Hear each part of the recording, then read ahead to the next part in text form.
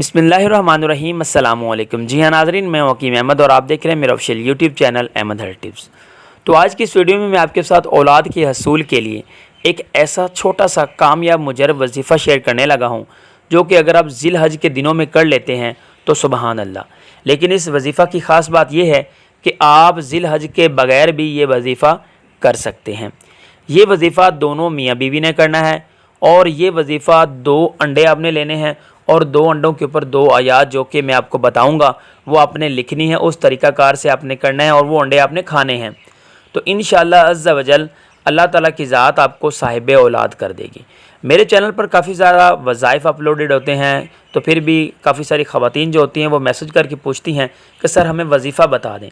तो अगर जो वज़ाइफ़ आप पहले अपलोडेड हैं, अगर उनमें से आप 1 या 2 भी कर लेते हैं तो अल्लाह ताला की ज़ात आपकी ज़रूर सुनेगी। अगर आपकी 10 साल की बेऔलादी है तो वो भी ख़त्म हो जाएगी।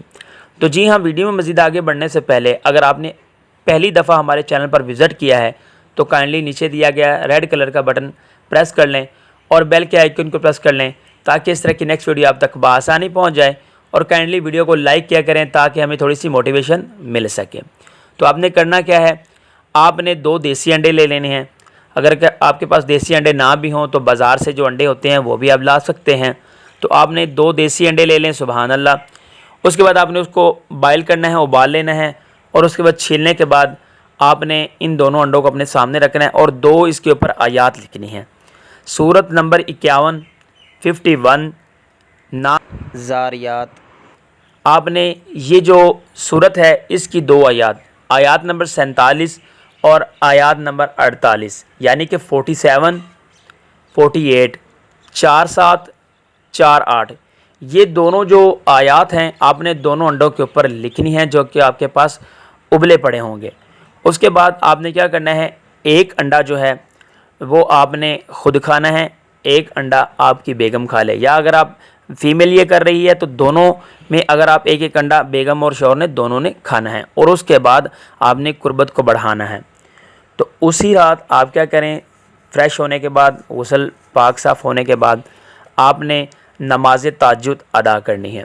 नमाज तहज्जुद अदा करने का तरीक़ाकार जैसे हम आम नफल पढ़ते हैं, 2 पढ़ लें, 4 पढ़ लें, ये आपने नवाफ़ल अदा करने हैं और आपने उसी जाए नमाज के ऊपर बैठ जाना है और अपना मकसद जो है वो जहन में रखना है। औलाद के असूल के लिए अगर आप कर रहे हैं तो आपके जहन में यही होना चाहिए। 3 दफ़ा आपने पहले दरूद इब्राहिमी पढ़ना है, 3 दफ़ा आपने बाद में दरूद इब्राहिमी पढ़ना है और दरमियान में आपने 313 मरतबा अस्तगफिरुल्लाह अस्तगफिरुल्लाह अस्तगफिरुल्लाह पढ़ना है। और मकसद ये भी हो और साथ में आपके जहन में ये बात हो कि या अल्लाह मुझ गुनाहगार को बख्श दे।